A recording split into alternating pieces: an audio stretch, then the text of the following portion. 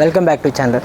Today we are going to the custom wheel build. Custom wheel build na என்னன்னு பாத்தீங்கன்னா வந்து weight அதிகமாக இருப்பாங்க, ஒரு 120 130 அந்த மாதிரி இருப்பாங்க. அவங்களுக்கு வந்து சைக்கிளிங் பண்ணணுங்கிறது ஒரு இன்ட்ரெஸ்ட் இருக்கும். பட் ஆனால் அவங்களோட வெயிட்டுக்கு ஏற்ற சைக்கிள் வந்து இந்தியாவில் கிடையாது. ஸோ அதுக்காக அவங்க வந்து சைக்கிள் ரைட் பண்ணுறப்போ வந்து ஸ்போக்ஸ் கட் ஆகிடும். ஸோ அந்த ஸ்போக்ஸ் கட் ஆகாமல் இருக்கிறதுக்கு நம்ம வந்து கஸ்டம் வீல் வந்து பில்ட் பண்ண போகிறோம். ஸோ வாங்க வீடியோக்குள்ளே போய் பார்க்கலாம்.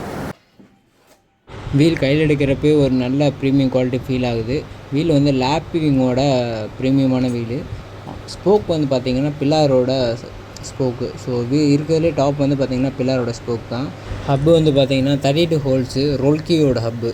ஸோ இது வந்து இந்த பிராண்ட் வந்து ட்ராக் சைக்கிளுக்கு செம்ம ஃபெமிலியரான ஒரு பிராண்டு.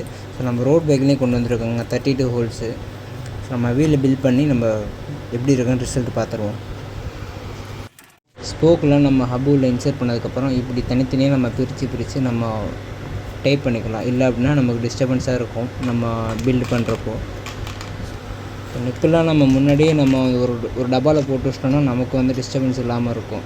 நார்மல் ஸ்போக் பில்ட் பண்ணுறத விட இந்த ஸ்போக் பில்ட் பண்ணுறது கொஞ்சம் கஷ்டம்தான். ஏன்னா வந்து பார்த்திங்கன்னா பில்லரோட பிராண்டுனாலே கொஞ்சம் டாப்பாக தான் இருக்கும்.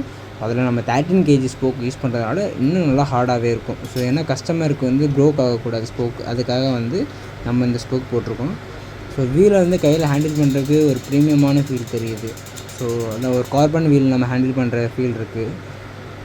நெக்ஸ்ட்டு வந்து பார்த்திங்கன்னா வீல் சென்டர் தான் ரொம்ப இம்பார்ட்டன்ட். ஸோ வந்து நம்ம வீல் பின்னதுக்கப்புறம் பில்ட் பண்ணதுக்கப்புறம் ஃப்ரேமில் வைக்கிறப்போ நமக்கு வந்து ஒன் சைடாக இருக்கக்கூடாது. ஸோ அதுக்காக நம்ம இப்போயே நம்ம செக் பண்ணிக்கலாம்.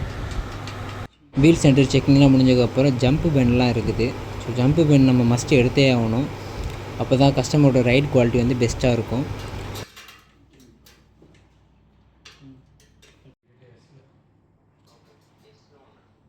ஸ்போக்கோட டென்ஷன் வந்து பார்த்திங்கன்னா வந்து 20 to 25 அவர் வெயிட்டுக்கு வந்து கரெக்டாக இருக்கும்.